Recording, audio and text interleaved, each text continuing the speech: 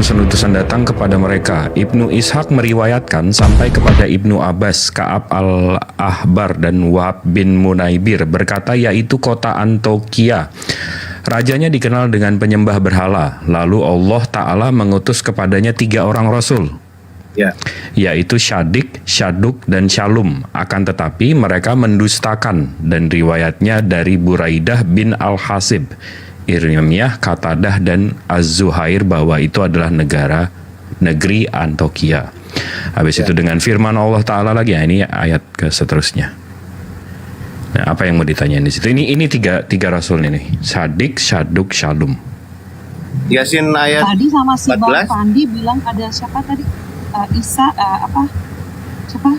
Bang Fandi tadi bilang pertanyaannya apa? Pertanyaannya Bang Ayu jadi pintar tadi mengacu kepada siapa? Ini langsung loh, saya langsung ini scanan loh. sama Bang Fandi tadi beda lagi loh.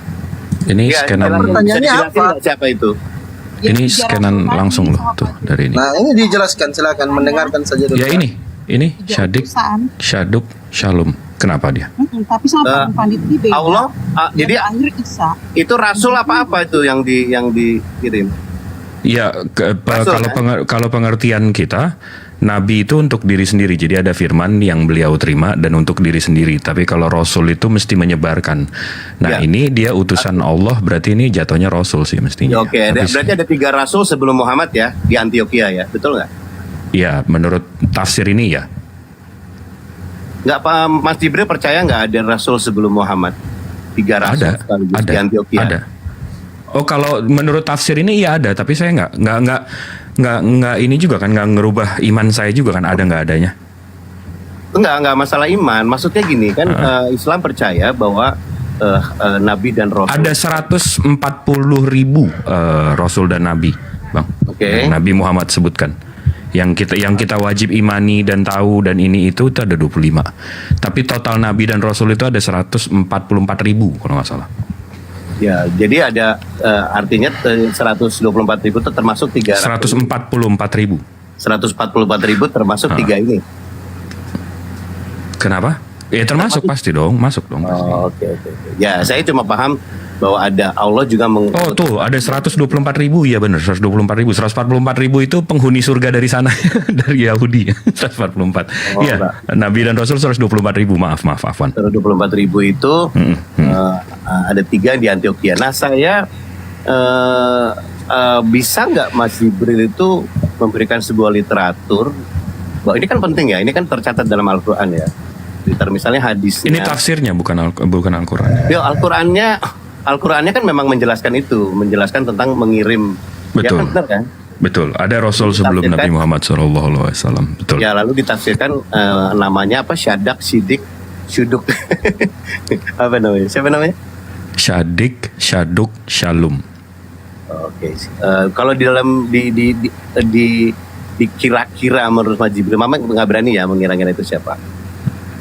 Nggak, apa gimana pertanyaannya? Karena kalau terlalu nyeleneh saya nggak ini, karena kan gini, gini mas, ayo itu juga menurut kita lucu-lucu. Ayo jadi pintar, izin dulu, mungkin dia mau kaitkan dengan kitab yang diberikan kepada Nabi Musa alaihissalam, Nabi Daud alaihissalam, dan Nabi Isa alaihissalam. Mungkin begitu, Bang. Ya saya nggak kurang paham ya bahwa Islam mengendorse seorang 3 rasul yang dikirim ke Antioquia gitu. Saya nggak paham karena siapa ya kira-kira rasul yang dikirim ke Antioquia. Dan itu bicara soal siapa. Kalau namanya udah jadi Syadik, ini bisa nggak dijelaskan kan? Kalau misalnya kayak Zulkifli itu ternyata dijelasin, saya nggak tahu siapa tuh Zulkifli. Ternyata ini, dalam Judaism tuh ini. Nah ini kok saya nggak dapat gitu loh. Tinggal dicari aja literatur, mas. Saya yakin dapat. Karena gini mas, di sini kalau saya ya sebagai Muslim ya, saya sebagai Muslim. Kita ada yang namanya amal jariah. Amal jariah itu kalau saya ngasih ilmu sesuatu, contoh saya ngasih ilmu sama Bang Fandi. Habis itu Bang Fandi mengamalkan ilmu saya, itu saya dapat pahalanya juga karena ilmu Bang Fandi itu dari saya. Nah, kita juga ada dosa jariah.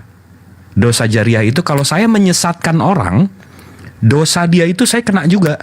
gitu loh. Jadi saya nggak mau sotoy untuk nanti ada yang mengimani, karena saya nggak tahu kan ada 159, kadang-kadang ada 3.000, 4.000 orang yang mendengarkan saya.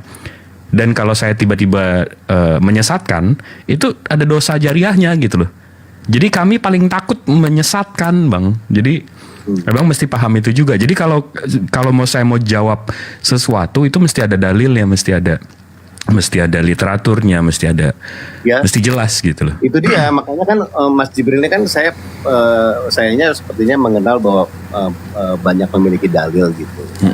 Bagaimana dengan ketiga rasul ini, kira-kira siapa ya, supaya Kristen belajar, oh ternyata ada ya dalam dalam itu Islam. kalau di sini kalau ini saya pernah baca sih Yasin yang 13-14 ini yang di sini disebutkan bahwa Syadik-Syaduk Shalom ini dia memang datang ke Antioquia, tapi akhirnya di sini ya, ini karena perumpamaan ya, akhirnya satu kota ini dihancurkan oleh Allah Subhanahu Wa Taala, oleh malaikatnya. Karena Jadi, menolak rasul itu. Iya betul. Oke. Sama kayak cerita Lut. Di ini mungkin Lot ya di sana ya. Akhirnya kan kotanya dihancurin. Nah, kalau itu sama dengan kisah Alkitab kan. Nah itu kurang lebih. Ini kan gini ya, kalau saya kan memang nggak suka cari perbedaan. Makanya saya bilang sama Mas Pandi, saya suka mencari persamaannya supaya dialog Islam Kristen ini memiliki jembatan. Oke, kita tidak bicara dulu siapa yang paling benar, tetapi yang paling logik ya, itu yang saya mau cari. Nah, saya senang kalau ada kisah-kisah yang ada dalam Alkitab ternyata di-endorse juga dalam Al-Quran. Artinya Maka gini Bang, kalau yang ada gini Bang, kalau Abang memang mau meluruskan itu Bang, Abang percaya nggak kalau Nabi dan Rasul ini orang-orang yang terpilih, orang-orang yang suci, orang-orang yang benar, orang-orang yang paling beriman dan orang yang paling bertakwa? Kita percaya nggak? Kita bisa setuju nggak sama itu? Enggak ke situ sih. Enggak ya? Karena latar belakang. Terus kenapa mereka terpilih Bang kalau mereka bukan itu? Itu prerogatifnya Tuhan sih. Kayak gini, latar belakang Musa kan dari kecil dipiara sama Firaun. Dia nggak mengenal Allah, kenapa dia dipilih? Ya itu ada maksud Tuhan yang kita nggak pernah paham ya. Misalnya Nabi Muhammad. Enggak, karena logikanya juga kalau memang Nabi Muhammad mengarang Al-Quran, dia nulis Al-Quran. Bukan, ini saya kalau saya meletakkan kata kalau di situ. Kalau Nabi Muhammad mengarang Al-Quran dan nulis sendiri dia, kenapa dia nggak copy aja dengan cerita narasi yang udah orang benarkan? Karena Biblos ini tanah ini udah dibenarkan, ceritanya tuh udah diyakini. Kenapa Nabi Muhammad datang dan membantah itu? Bukannya lebih gampang untuk Nabi Muhammad untuk diimani kalau dia tulis aja sama ya? Jadi Nabi Isa itu memang disalib, habis itu Nabi Lot itu begini, memang dia tidur sama anaknya, ini menistakan nabi-nabi itu. Kenapa nggak, kalau memang mau copy ya? Tapi logikanya nih kan kita pakai logika nih. Justru malah beliau lebih original, beliau meluruskan. Mas Uji mesti paham bahwa perjalanan pengabaran Injil itu kita jangan bicara penyebaran Alkitab ya. Mengajar Injil itu tidak menggunakan Injil, tidak menggunakan Alkitab, kitab Injil ya di abad 1 sampai 4 pun mungkin belum terkanonisasi ya Injil ya, maksudnya kitab. Jadi mereka berbicara melalui kesaksian-kesaksian. Nah, bayangkan ya seperti Mas Jibril tadi bilang, kalau Mas Jibril mengajarkan hal yang sesat tanpa disadari lalu menyesatkan orang, itu kan dosa ya, dosa jariah tadi kan. Betul. Nah, Mas Jibril bisa paham nggak jika ada orang yang berbicara salah lalu dipahami salah dan sampai keturunan-keturunan? Paham. Benar kan? Paham. Nah, apakah nggak mungkin itu terjadi juga dalam pengabaran Injil dalam kekristenan, misalnya Injil ke Arab misalnya? Ya, iya mungkin. Nah, makanya dia bilang Galatia 1 ayat 17 misalnya menyatakan bahwa Paulus ke Arab. Ya, sebelum ke Damsyik dia ke Arab dulu. Dia memberitakan Injil tentang Yeshua, tetapi terdistorsi malah oleh murid yang mendengar. Lalu karena itu di Islam ini ada ada hukum namanya sanad, Bang. Oh, itu jadi kan jalur periwayatannya itu mesti jelas. Iya. Nah, karena itu saya nggak bisa mengimani Injil, Taurat ini karena sanadnya nggak ada gitu loh, kita nggak tahu transmisinya. Nah, makanya saya bilang apakah tidak ada kemungkinan misalnya ini yang dipahami oleh misalnya istri Muhammad yang pertama misalnya, karena dia Nestorian. Nah, itu kan Nestorian adalah kekristenan yang dianggap tidak sesuai dengan jalur utama misalnya. Dan itu sudah Waduh, Hadijah maksud abang? Ya. Abang mau bilang Hadijah ini Kristen sekarang? Nggak tahu, saya nggak tahu misalnya. Ini kan cerita gini loh. Gimana? Kisah-kisah tentang Yesua itu sudah marak ada di Arab ya, ada di Arab. Tetapi tidak selalu tepat kan, ada distorsi segala macam. Nah misalnya tadi ada misalnya Paulus bilang Yesus hidup. Yang lain bilang mati. Nah, mati dan hidup ini seolah-olah menjadi sebuah kontradiksi. Padahal itu adalah proses di mana dia telah mati dan menjadi hidup. Nah, ini kan dipahami salah. Nah, salah paham ini terus terjadi sampai ke Jazirah Arab. Jadi yang Nabi Muhammad tidak mungkin mengcopy paste karena dia buta huruf kan. Walaupun menurut Bang Suma dia bukan buta huruf Bang. Dia buta umi. ya, menurut Bang Suma Bukan. Dia ummi terhadap kitab-kitab sebelumnya. Berarti dia tuh nggak baca atau dia nggak ada pengetahuan soal kitab-kitab sebelumnya. Tapi karena dia ini. Nah, ini Bang, ini kita kan satu room nih. Kita kan satu room nih. Ya kan kita satu meja nih, ada 148 orang yang mendengarkan. Abang barusan melempar subhat bahwa Hadijah itu Kristen atau ya meskipun abang bilang oh enggak, ya itu asumsi ya. Nah di sini kalau saya diamkan itu Bang, itu jadi dosa jariah saya untuk tidak meluruskan. Oke, saya salah. Nah sekarang saya luruskan ya. Sekarang saya luruskan. Bukan Muslim juga kan? Ini, ya itu Hanif. Nah ini yang saya mau luruskan nih. Ini saya ada jelas nih. Yang menikahkan Muhammad dengan Hadijah adalah paman Hadijah yang bernama Amru bin Asad. Sedangkan yang memberikan khutbah nikah adalah Abu Thalib, paman Nabi Muhammad. Maharnya pun bukan Alkitab atau Bible, tapi 20 ekor unta. Ini bisa dilihat di Asyirah An-Nabiwah Ibnu Hisham juz 1 halaman 201. Nah itu saya meluruskan tuh. Nah terus gimana narasinya? Ya kalau saya kenapa dijadikan landasan Ibnu Hisham kan ditulis 2 abad setelah Muhammad mati kan. Nah, tapi ada sanadnya Bang. Ibnu Hisham itu dari Urwah ke atasnya itu Urwah. Urwah itu sahabat Nabi langsung. Jadi ada sanadnya Bang. Jadi saya percaya sama Bang. Maksudnya kita searah sama itu. Kita ini ngomongin logika ya. Kalau saya dengerin cerita, ini ceritanya dapat dari mana gitu loh. Saya mesti ini bener nggak tangan pertama ring 1. Kalau si Ibnu Hisham ini nggak terkoneksi, nggak ada sanadnya ke Nabi Muhammad atau sahabat, saya nggak percaya gitu loh. Paham nggak Bang?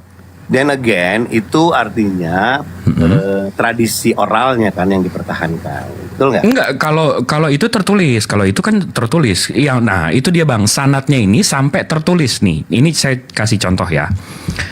Ini Sahih Muslim nomor 9. Ini contoh, ini hadis original teksnya, habis itu ini translate-nya. Nah, ini dapat dari mana? Kan pertanyaannya gitu kan. Saya mau mengimani ini, saya dapat dari mana ini? Nah, ini diceritakan oleh Umar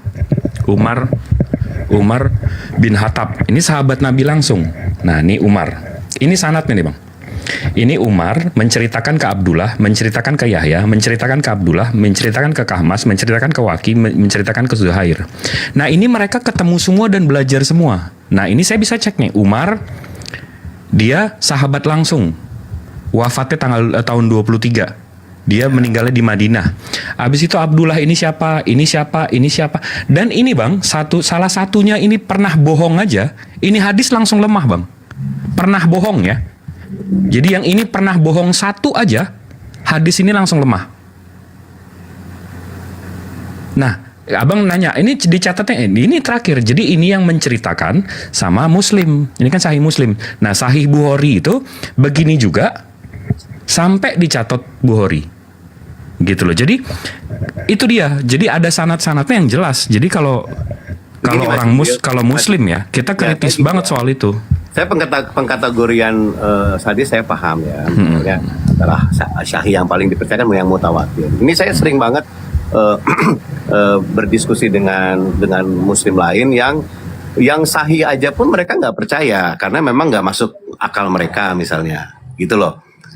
Nah, itu kan again itu semua Muslim. Nah ini biar saya luruskan Bang, biar saya luruskan. Syahih aja belum tentu diterima. Jadi gini Bang. Al-Quran itu nomor 1, hadis itu nomor 2. Jadi kalau ada hadis yang nabrak Al-Quran, hadisnya itu langsung enggak kita bisa imani. Kenapa? Karena nomor 1-nya itu Al-Quran. Al-Quran itu itu kalimat Allah langsung. Tapi kalau hadis ini kelakuan si penerima, yaitu Nabi Muhammad. Hadis itu definisinya apa sih? Apa yang dilakukan, apa yang dikatakan, dan diamnya Nabi. Nah, jadi hadis ini kita mesti imani. Kenapa? Karena beliau yang nerima. Jadi kita mesti ngelihat berkaca dari dia.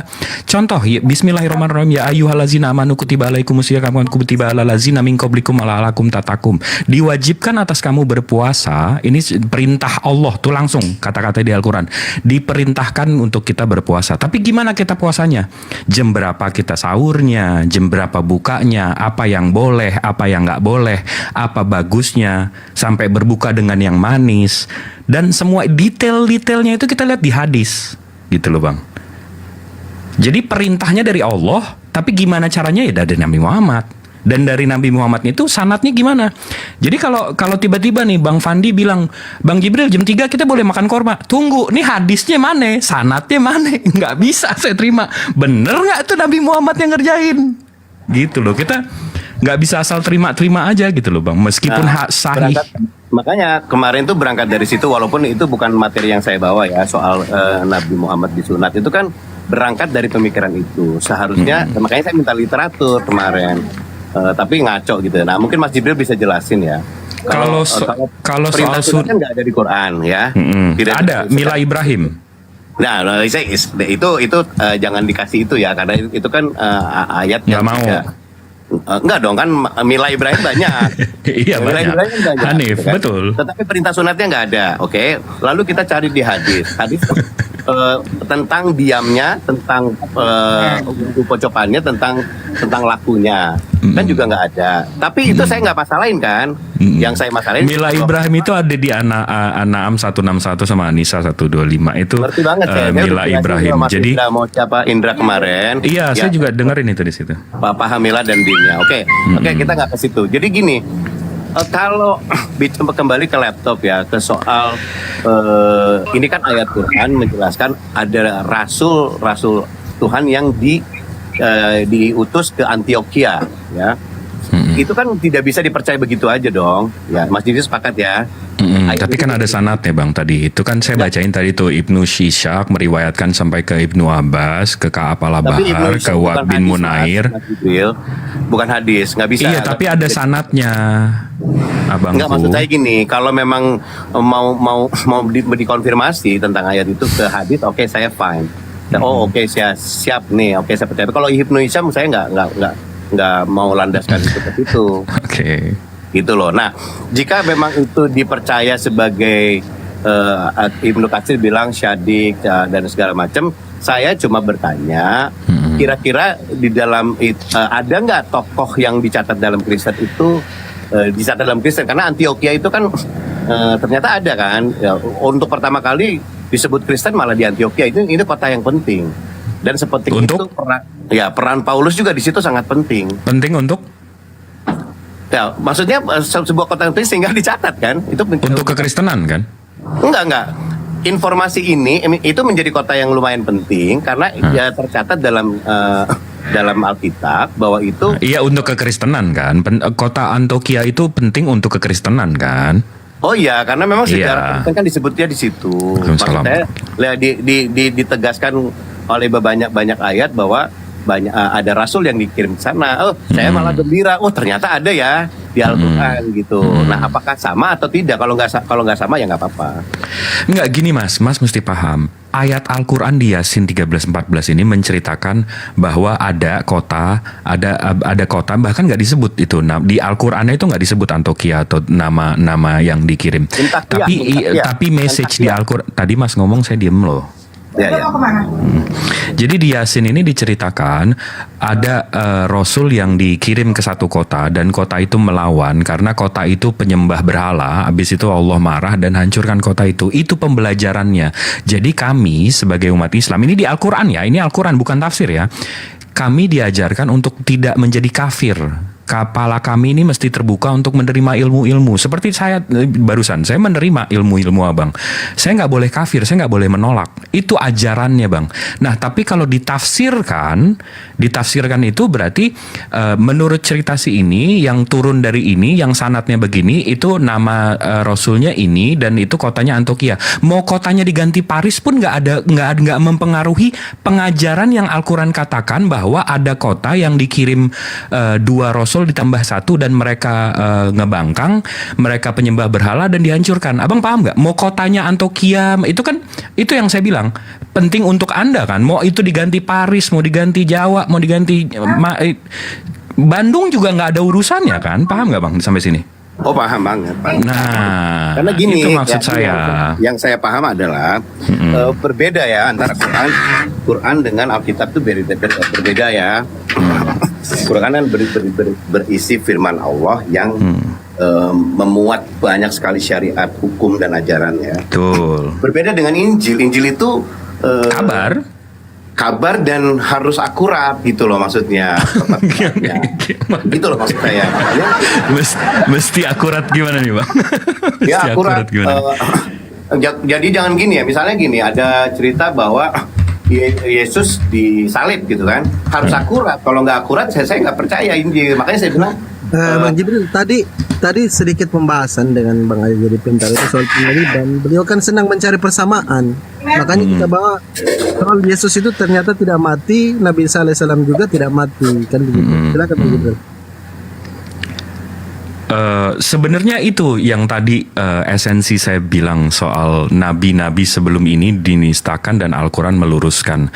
Kalau di iman kami, kalau kepercayaan kami yang diceritakan oleh Allah Subhanahu Wa Taala itu dan diceritakan oleh Nabi Muhammad juga itu, jadi Nabi Isa waktu di Taman Getsemani sebelum dia disalib, beliau ini berdoa kepada Tuhannya, berserah. Karena itu kami mengimani beliau ini muslim. Beliau berserah, beliau berdoa sama bapaknya atau Allah Subhanahu Wa Taala untuk diselamatkan. Dan beliau diselamatkan. Itu iman kami. Kenapa? Karena sebelum-sebelum ini nabi-nabi selalu diselamatkan. ya itu template-nya memang. Jadi nabi ngadepin satu umatnya degil, ngelawan, kafir, nggak terbuka kepalanya. Habis itu nabinya mau dibunuh atau mau disiksa atau mau di ini di itu, nabinya minta tolong diselamatkan. Ini terjadi sama Enoh atau Idris, ini terjadi sama nabi-nabi setelahnya. Terus sampai Nabi Isa selalu diselamatkan. Kenapa? Mereka ini orang-orang terpilih. Mas Jibril salah kalau itu. Banyak nabi yang dibunuh kalau Yahudi. Udah itu terlalu mudah. Banyak yang dibunuh berarti nggak diselamatkan. Iya. Bukan semua loh nabi diselamatkan. Iya. Tapi nabi siapa tuh yang? Bahwa nabi-nabi ada yang dibunuh oleh Yahudi. Oke. Nah, jadi udah. Jadi jangan dibahas itunya lagi. Soal minta diselamatkan itu juga salah ya. Itu salah. Secara Waduh. apa namanya? Kok menyalahkan iman saya ya? Dari tadi abang saya nggak salahin loh iman abang. Enggak salah memahami katanya Mas Jibril Yesus minta diselamatkan, kan nggak ada. Di Getsemani, di Taman Getsemani itu dia doa minta apa anda? Nggak ada diselamatkan. Jadi dia minta apa itu doanya? Kalau memungkinkan, cawan ini dilalukan daripadaku. Apa itu artinya? Selamat. Ya, apa itu artinya? Ya itu ketetapannya. Saya udah tadi jelasin. Cawan itu sebuah ketetapan yang ditetapkan oleh Bapa. Jadi ketetapannya mau disalib. Terus dia minta jangan disalib kalau bisa. Iya, gitu. ketetapannya tidak disalib, makanya jangan dibawa ke salib dulu. Ketetapannya adalah Allah menetapkan bahwa entah saya tidak bilang Yeshua ya, tetapi ada ketetapan bahwa ada satu orang dikorbankan menjadi korban penebus salah. Apakah itu fits dengan Yeshua? Kita nggak pernah tahu. Kristen percaya itu, tetapi Enggak, jadi dia berdoa untuk nyelamatin siapa nih bang? Apa dia bilang salib saja malam ini? Apa dia doanya intinya apa nih bang? Kalau bisa, cawan itu gini loh ya. Cawan ini adalah ketetapan yang disepakati oleh Yeshua dengan bapaknya bahwa akan menjadi korban penebus salah ya. Itu bisa nggak perlu terjadi ya. Itu apakah itu disalib atau disambit, kita nggak pernah tahu. Bisa nggak tetapi Yeshua bilang, tetapi bukan kehendakku yang jadi. Kalau kehendaknya mah Yesua kalau bisa jangan jadi ya, tapi kehendakmu yang jadi. Dan prosesi itu berlangsung ya, tidak ada Injil menyatakan bahwa dia akhirnya diangkat atau diselamatkan, enggak, ada proses-prosesi yang ketiga Injil menyatakan dia disalib gitu. Jadi ya kita nggak melihat ada perubahan signifikan setelah doa itu. Lalu tiba-tiba ada satu ayat ya, ini di Ibrani kalau nggak salah, ketika di anak itu berteriak minta tolong untuk diselamatkan dan Allah mendengar. Nah itu kan lalu disangkutkan bahwa Yesus tidak jadi disalibkan, itu kan cuma tafsir. Tetapi kan saya boleh tafsir, kalau tafsir saya juga bisa tafsir. Yang dimaksudkan dengan diselamatkan adalah Yesus tidak membusuk di dalam kubur, tapi Yesus bangkit. Sesederhana itu memahami Kristen gitu loh. Ya. Ya itu ngomongin iman. Tapi ini karena saya mesti jalan nih jam 1 nih, mesti ke airport. Tapi sebelum saya jalan nih, abang, saya salut nih abang paham soal sanad, soal perawi, soal chain of narration atau kelurusan narasi dan seterusnya. Sanad Biblos sama sanad Paulus itu gimana bang? Abang mengimani sesuatu yang sanadnya terputus hampir 300 tahun gitu bang? Oke. Itu metodenya jelas bisa saja mirip, tetapi tidak dijabarkan seperti metode Islam membangun hadis kan. Nah, jika dibilang sanad terputus selama 300 tahun kan itu menggunakan pemahaman bahwa Injil baru ada dalam abad ketiga gitu kan. Itu fakta bang, bukan ya, pemahaman. Okay. Itu fakta. Pemahaman itu baru ada karena bukan pemahaman bang, itu faktanya bang. No, enggak, itu harus dipahami karena itu bukan cita-cita atau karangan saya bang, itu faktanya. Codex Sinaiticus dan Vaticanus itu ditulis di 375, itu abad keempat, 375 tahun setelah kejadian. Itu fakta bang, bukan narasi itu. Mas Jibril, Proto Injil itu banyak berserakan menjadi dasar atau sumber primer penulisan menjadi mushaf Injil ya. Protonya ada, yaitu adalah serpihan-serpihan yang dimaksud yang disebut fragmen ya. Fragmen itu berasal dari abad kedua ya. Fragmen itu pun bukan fragmen asli, bisa jadi itu adalah pecahan-pecahan salinan fragmen. Betul. Nah, tetapi apakah sumber primer yang menjadi pencatatan Injil itu apa? Nah, kita bicara ini fragmen yang abad 2 ya. Ya, fragmen ya. Oke. Ya, fragmen. Jadi kalau abad keempat baru ada Injil ya, kalau fragmennya sudah ada berarti kita bisa pahami sudah pernah ada catatan itu. Walaupun yang baru abad keempat. Ini kita nggak tahu nih siapa yang nulis. Nggak tahu. Tapi sesuai dengan hadis misalnya, yang nulis ini karena diceritakan oleh ini, ceritakan ini ya. Injil juga memiliki, itu kan tradisi Semit sebenarnya, bukan tradisi ini Injil ya, bahwa penuturan seorang itu bisa dipercaya berdasarkan misalnya Petrus murid Yesus. Petrus menceritakan kepada Markus muridnya Petrus yang bukan murid Yesus, ring 12, menceritakan kisah-kisah yang dia laluinya, lalu Markus menuliskan. Nah itu jelas malah ring kedua, Markus adalah ring kedua. Tapi apakah tulisannya dikasih tanda, ini tulisan gue, nama gue Markus ya? Nah itu kan enggak. Persoalannya kan gitu. Nah, tapi kan ada banyak peristiwa yang tidak dialami oleh Petrus, ya, tidak dialami oleh Petrus, tetapi kok bisa masuk dalam Markus misalnya. Misalnya contoh begini, tulisan Lukas tentang Yesus di Taman Getsemani, atau yang tadi Matius Taman Getsemani, Yesus sampai berdoa. Siapa yang mencatat itu? Kan nggak ada yang menyaksikan.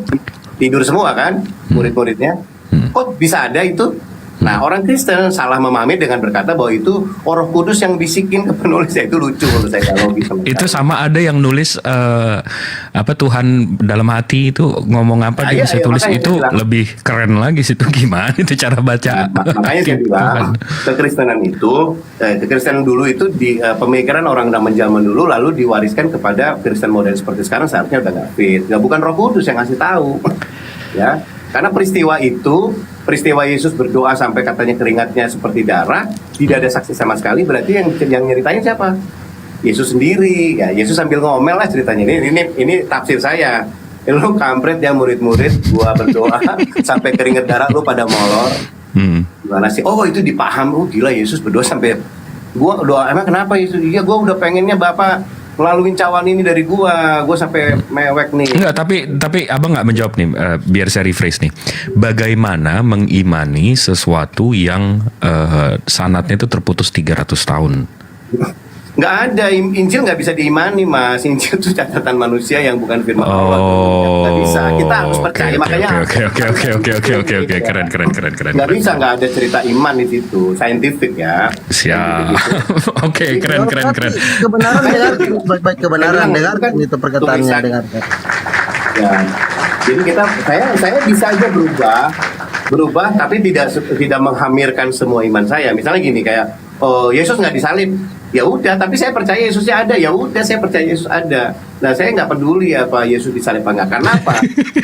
Karena gini. Keren juga abang, imannya bukan karena kalau saya ya ada satu Pak Denny itu, kalau mungkin abang udah ketemu, ada Pak Denny itu dari Belanda, dia orang Indo juga, dia bininya 3, dia orang Kristen.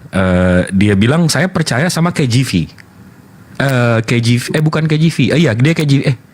Dia Tilindel abad 16 1611. Itu Injil yang dia pegang. Dia nggak peduli sama Injil yang lain. Dia percaya sama satu itu, dia imani setengah meninggoy. Itu saya lebih, oke. Keren. Tapi abang nih bagi mampus semua Alkitab, pokoknya selama Yesus hidup gue beriman. Keren, abang lebih keren lagi, Bang. Enggak, bukan beriman. Gini loh. Kan saya bilang nggak bisa dipergunakan kata iman. Apa yang menciprahnya ya, cerita-cerita tentang Yesus yang dituliskan itu kan bernuansa sejarah kan. Ya, Injil kan bernuansa sejarah, di dalamnya ada ajaran-ajaran Yesus di situ. Nah, ajaran itu yang saya ikutin. Lalu apakah benar Yesus lahir dari perawan gitu? Itu kan nggak logis. Tetapi kan dibela oleh Islam, sesang penyempurna itu, iya benar tuh. Betul. Ya kan, ya udah, fine. Tapi secara saintifik nggak terbukti. Tapi saintifik memiliki istilah itu, parthenogenesis. Mungkin, tapi terjadi pada cacing misalnya. Tapi enggak, jadi abang namanya apa nih, Bang? Abang Kristen Makrifat nih, apa gimana? Oh, enggak, saya enggak mendudukan saya di mana. Enggak, saya memahaminya begini. Saya enggak ada masalah dengan kisah-kisah itu, tapi saya masih stick on Injil terhadap peristiwa-peristiwa yang bersifat historis dan empiris. Jadi kalau ada tulisan lain yang, enggak, Yesus enggak disalib, ya nggak bisa. Ini tiga penulis mencatat begini, lalu Quran datang, saya nggak beriman kepada Quran. Tapi kalau scientific membuktikan, oke, saya ikut sains, gitu aja. Jadi makanya gini, nggak bisa diimani. Injil itu harus dipercaya sebagai, makanya Yesus kan bilang, nggak harus beriman kepadaku, tapi percaya kepadaku. Percaya ya, beda dengan beriman. Karena kalau beriman itu untuk sesuatu yang tidak terlihat. Yang tidak terlihat, tapi kita percaya bahwa itu ada, ya kita beriman. Tapi kalau Yesus kan ada, wujudnya jelas manusia, ya nggak usah diimani lah, percaya aja. Walaupun sekarang saya menjadi beriman karena Yesusnya udah nggak kelihatan, tapi saya berpercaya kepada catatan-catatan Injil gitu loh.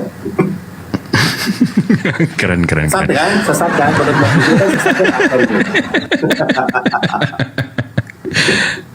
Keren. Bang Fandi, saya izin undur diri, mesti jalan. Siap. Ya. Maha benar Allah. Ya, maha benar Allah dengan segala firman-Nya. Assalamualaikum warahmatullahi wabarakatuh. Waalaikumsalam warahmatullahi wabarakatuh.